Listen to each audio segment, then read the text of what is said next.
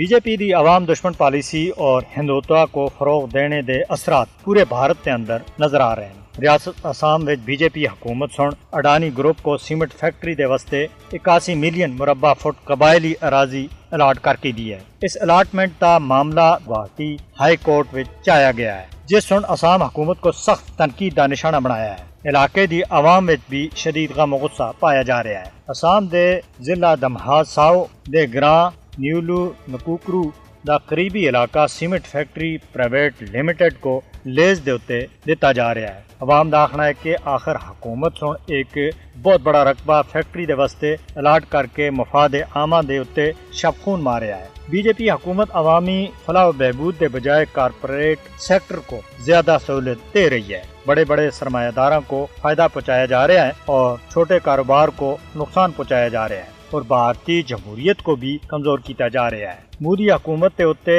ماہرین ماحولیات، مقامی کمیونٹیاں اور قانونی ماہرین سن سخت ناراضگی دا اظہار کردیا ہویا آخیا کہ سیمنٹ فیکٹری دے واسطے زمین دی الاٹمنٹ دی وجہ تھی علاقے وچ آلودگی بد سی اور ماحولیاتی توازن کو بھی بہت بڑا نقصان ہو سی۔ اس کے علاوہ غریب لوگوں کو بھی بیکار کیتا جا رہا ہے۔ انصاف اور قانون دے نال بی جے پی حکومت کھلواڑ کر رہی ہے۔